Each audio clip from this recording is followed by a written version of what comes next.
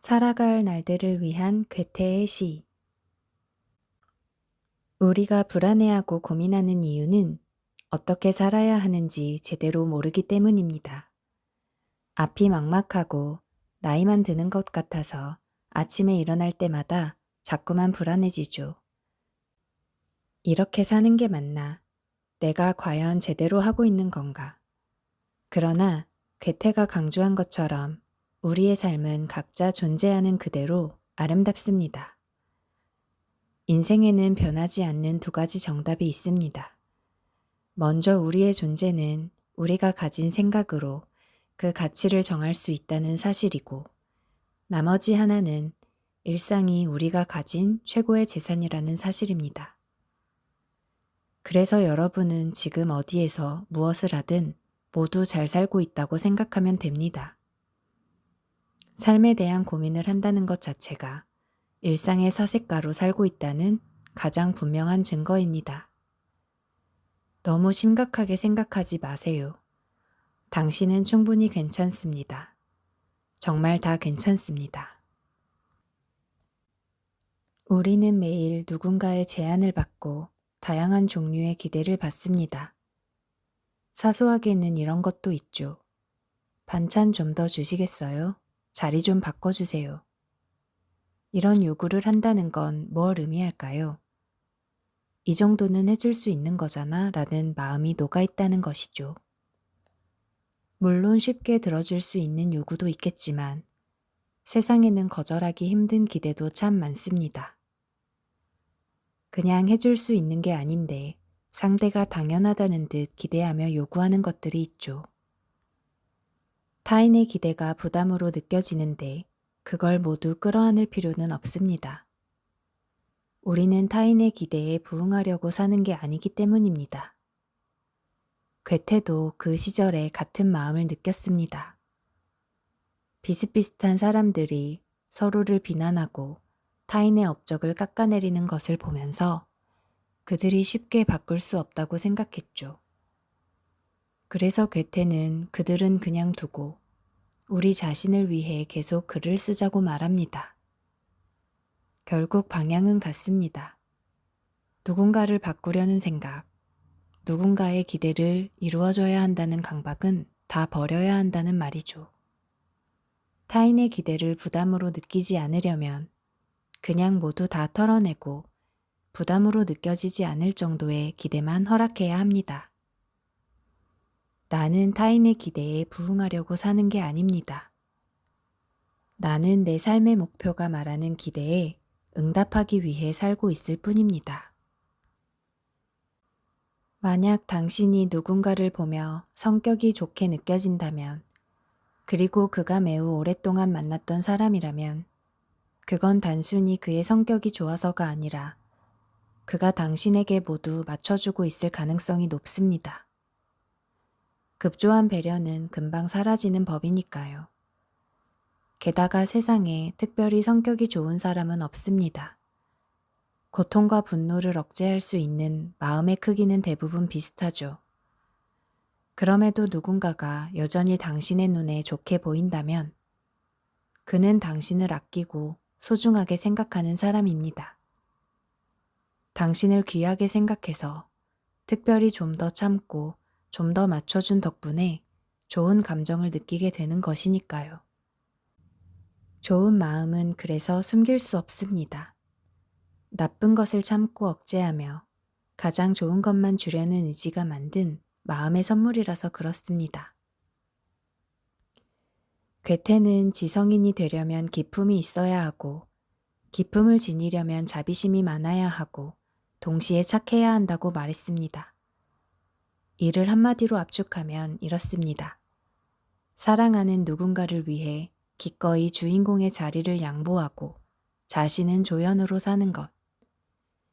아무리 가까운 지인이라고 해도 말로는 응원한다고 하지만 주인공의 자리까지 타인에게 양보하진 않습니다. 하지만 지성인은 결코 자기만을 위해 살지 않습니다. 기쁨이라는 분명한 차별점이 있어서 늘 누군가를 올려주는 선택을 하죠. 상대방이 정말 소중하다면 조금 용기를 내보세요. 자신의 이익은 조금도 생각하지 않고 마치 날아가는 새의 날개를 든든히 받쳐주는 바람처럼 상대의 성장을 위한 조연이 되는 것입니다. 조연은 결코 사소하거나 낮은 존재가 아닙니다. 오히려 사랑과 기쁨이 무엇인지 아는 사람입니다. 누구나 어디에서든 주연이 되려고 합니다. 그러나 소중한 사람을 위해 기꺼이 조연이 되어줄 때 우리는 비로소 귀한 사람을 가슴에 품을 수 있게 됩니다. 이것도 저것도 모두 다 좋다. 이것이 괴테의 조언입니다. 주어진 일에 감사하며 사는 게 무엇보다 중요합니다. 마흔 이후 지치지 않고 차곡차곡 성장하는 사람들에게는 특별한 공통점이 하나 있습니다. 괴테도 당시에 그랬지만 내가 아닌 다른 사람의 성향이나 기질, 혹은 그들이 만든 제품을 논할 때 부정적인 부분에 대해서는 전혀 언급하지 않는다는 것입니다. 사람의 취향은 정말 다양합니다. 누군가에게는 최악의 옷이 다른 누군가에게는 최고의 옷이 될 수도 있죠. 책도 음식도 모두 마찬가지입니다. 이 음식은 너무 달아서 최악이야 라는 부정적인 평가를 하는 사람도 있지만 같은 음식을 먹어도 이렇게 다르게 표현하는 사람이 있습니다. 이 음식은 단 음식을 좋아하는 사람에게는 정말 좋겠다. 전자의 말에는 분노와 비난의 마음만 가득하지만 후자의 말에는 정보가 녹아 있습니다. 바라보는 시각만 조금 바꿔도 세상에 도움이 될 수 있는 말을 할 수 있습니다. 빠르게 평가를 하거나 결론을 내리겠다는 생각을 잠시 접고 세상을 살펴보면 각종 사물이나 상황에서 그간 내가 미처 생각하지 못한 부분이 보이기 시작합니다. 주식에 대한 책을 사면서도 이게 무슨 책이야? 이런 기본적인 방법을 누가 몰라? 라고 하기보다는 이 책은 주식 초보자나 입문자가 읽기에 딱이네 라고 말한다면 그 한마디가 주변에 있는 사람들에게 좋은 정보가 될 것입니다. 세상 사람들의 취향은 정말 다양합니다. 그래서 우리는 어디에서든 배울 수 있습니다. 주변 사람들에게 도움이 될 말도 할 수 있습니다. 쉽게 판단하거나 결론을 내리지 마세요. 일상에서 좋은 것만 보려고 생각하면 우리는 그만큼 더 성장할 수 있습니다. 주변 상황이 아무리 어지럽고 빠르게 돌아간다고 하더라도 우리는 자신이 할 수 있는 것만 조용히 하면 됩니다. 그 우아한 모습을 괴테는 요란한 삶을 추구하지 않는다고 표현했죠. 그런 삶을 살고 싶다면 다음 7가지 생각을 일상에서 실천하면 됩니다. 1. 천천히 쉬지 않고 가면 돼. 2. 잘할 수 있을 테니 긴장할 필요 없어. 3. 날개가 있다고 생각하며 걷는 거야. 4. 나는 깊은 눈빛을 갖고 있어. 5. 힘든 이야기보다 즐거운 이야기를 하자. 6. 적당히 먹고 생각을 많이 하며 살자. 7. 이동할 때 스마트폰 대신 풍경을 보자. 물론 요란하지 않게 살면서 우아한 내면을 만드는 일이 결코 쉬운 것은 아닙니다. 내 마음을 나도 모르기 때문입니다. 그래서 더욱 자신의 마음을 아주 찬찬히 들여다봐야 합니다. 그럼 미처 자각하지 못했던 낯선 자신과 마주할 수도 있게 되죠. 당당하다고 생각했지만 현실은 두려움에 떨고 있는 나를 매사에 감사하며 살아야 한다고 외쳤지만 그건 역시 힘든 현실을 가리기 위한 한낱 구호에 불과했음을 깨닫게 됩니다. 그러나 그건 역시 여러분 자신입니다. 자연의 흐름처럼 아주 자연스러운 현상이라고 볼 수 있어요. 봄의 대지가 벌써부터 여름날을 두려워하는 것처럼 말이죠. 그런 자신의 마음을 거짓없이 솔직하게 받아들이는 게 좋습니다. 봄은 결코 여름을 거부할 수 없습니다. 인정해야 아름답게 공존할 수 있습니다.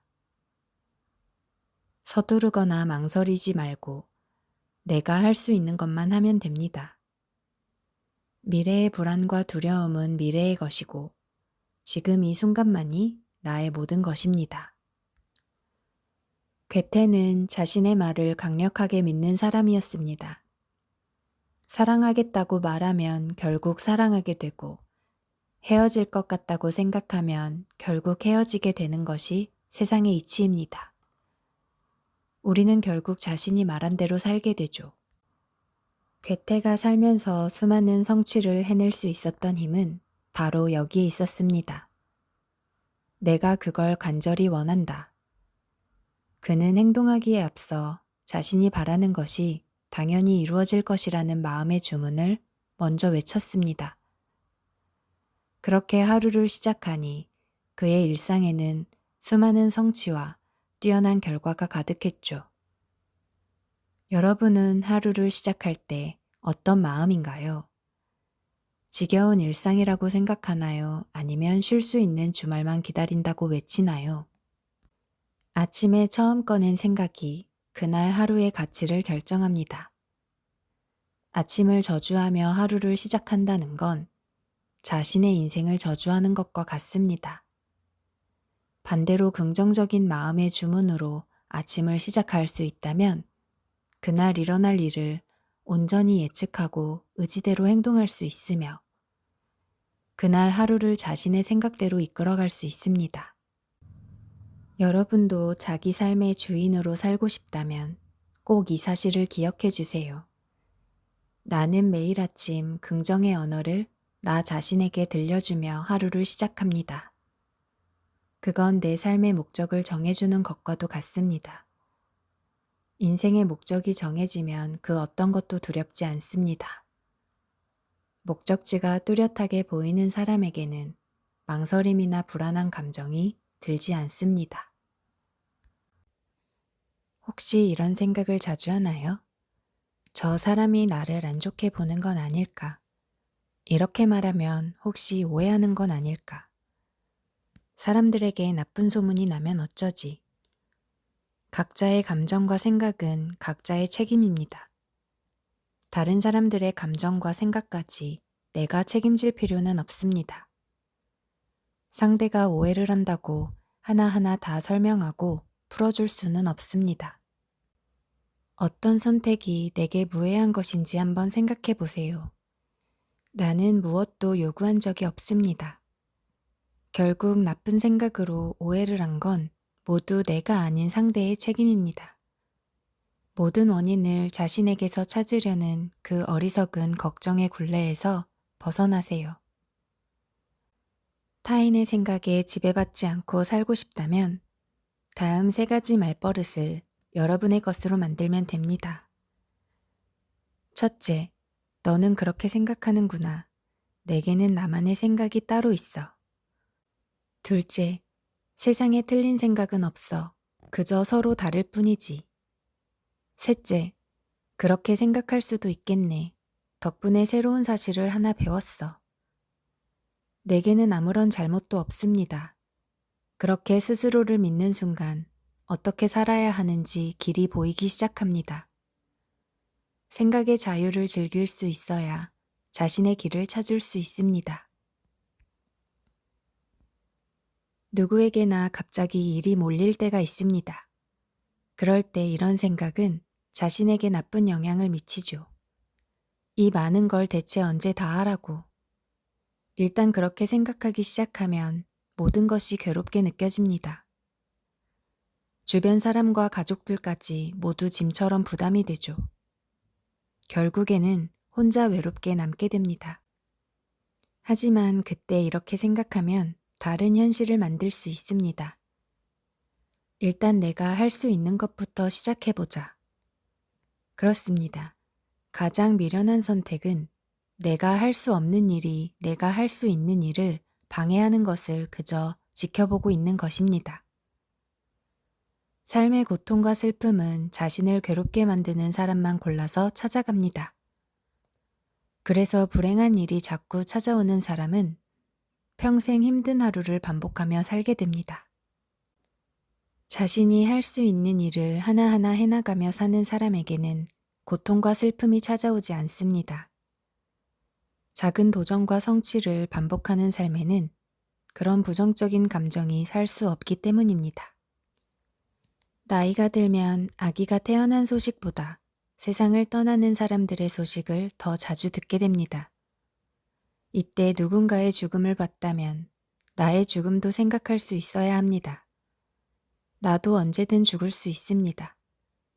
죽음을 생각하며 살지 않는다는 것은 오히려 죽어 있는 삶을 살고 있다는 증거일 수 있습니다. 죽음을 생각하며 살아야 삶의 생기를 더할 수 있기 때문입니다. 괴테 역시 사는 동안 동시에 죽음을 생각했습니다. 덕분에 더 농밀한 하루하루를 보낼 수 있었죠. 우리는 두 눈을 부릅뜨고 삶과 죽음을 동시에 관찰해야 합니다. 살아가면서도 죽음을 생각해야 하고 죽어가면서도 삶을 생각해야 합니다. 그건 느낌표와 물음표를 오가는 삶과도 닮았습니다. 깨닫기 위해서는 질문해야 하고 질문하기 위해서는 무언가를 느껴야 하죠. 죽음을 기억하며 사는 삶이 우리를 그렇게 살도록 도와줍니다. 느낌표와 물음표를 통해서 삶과 죽음 사이를 오가며 일상을 최고로 즐겨야 합니다. 내가 살았던 모든 기록은 그 사이를 자유롭게 오가며 하루하루를 즐긴 나날의 합입니다. 니체는 이렇게 말하기도 했습니다. 인생을 쉽고 편안하게 살고 싶다면 늘 무리를 이루는 사람들 속에 섞이면 된다. 그리고 항상 군중과 함께 어울리며 자신을 영영 잊으면 된다. 인생은 결코 길지 않습니다. 우리는 남처럼 살려고 사는 게 아닙니다. 남들 속에 자꾸 섞이면 나는 자꾸 사라집니다. 게다가 사랑하는 사람에게 힘이 될 수도 없죠. 힘을 합쳐서 더 큰 일을 해내는 협력과 나의 색을 잃고 섞이는 건 전혀 다른 개념입니다. 애초에 자신의 생각이 분명한 사람들이 모여야 협력도 할 수 있고 힘도 보탤 수 있는 것입니다.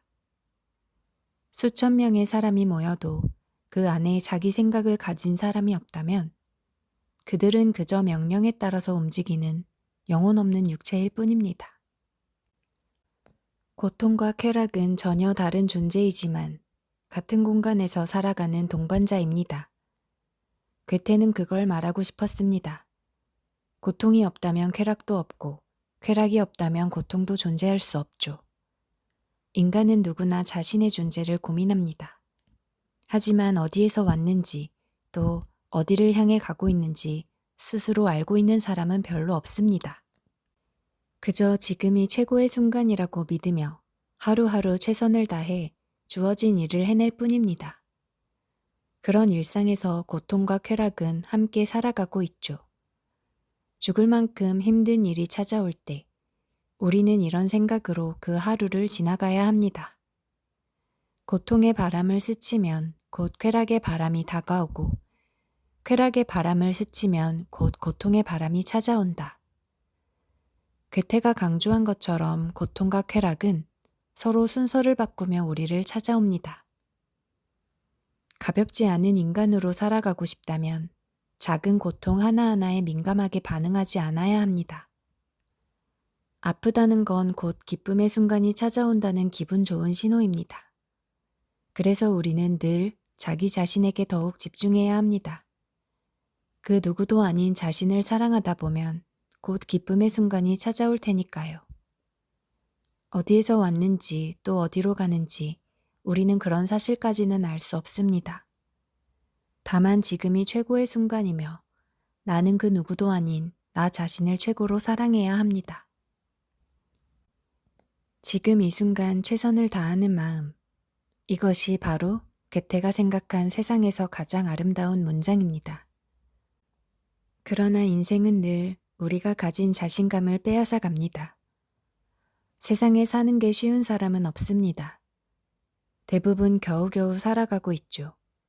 그래서 우리에게는 자랑이 필요합니다. 힘들 때마다 자신에게 박수를 치며 이렇게 멋지게 살고 있는 자신을 자랑하세요. 간혹 자신도 모르게 과하게 자신감을 표현해도 자신을 검열하며 막지 마시고 최대한 좋은 말을 들려주세요. 난 잘하고 있어. 맞아, 나라면 충분히 가능하지. 꼭 기억하세요. 지쳤다는 건 치열했다는 증거이고 아프다는 건 사랑했다는 증거입니다. 실망의 크기는 믿음의 크기이며 실수의 숫자는 도전의 숫자와 일치합니다. 무언가를 계속해서 하는 사람은 늘 어떤 결과를 만나게 됩니다. 결과는 그리 중요하지 않습니다. 앞으로는 시작한 숫자만 기억하세요. 그 기억이 나를 살게 해주니까요. 희망은 자기 자신에게만 좋은 게 아닙니다. 나무가 자라서 누군가에게 그늘을 선물하듯 희망을 가진 사람은 자신을 바라보는 사람에게 좋은 마음을 느낄 수 있게 해줍니다. 그러니 지치지 마세요. 누가 뭐라고 비난을 해도 당신이 가진 꿈을 허망한 것이라 치부하지 마세요. 당신은 정말 소중한 사람입니다. 삶이 힘들고 어려워도 자신을 재촉하거나 힘들게 하지 마세요. 하나를 해냈다면 그것을 해낸 자신을 격려하고 축하하는 게 먼저입니다. 둘 혹은 셋을 더 해내라고 자신을 채찍질하지 마세요. 당신은 곧 누군가에게 그늘이 될 근사한 나무로 자랄 사람입니다. 그러니 수고한 자신을 안아주며 다정한 말을 들려주세요. 인생은 풀어야 할 숙제가 아니라 즐겨야 할 축제입니다. 간혹 이해할 수 없는 순간도 있습니다. 이해가 되지 않을 때는 굳이 이해하려고 애쓰지 마세요. 애를 써서 이해한 것들은 결국 모두 상처로 남습니다.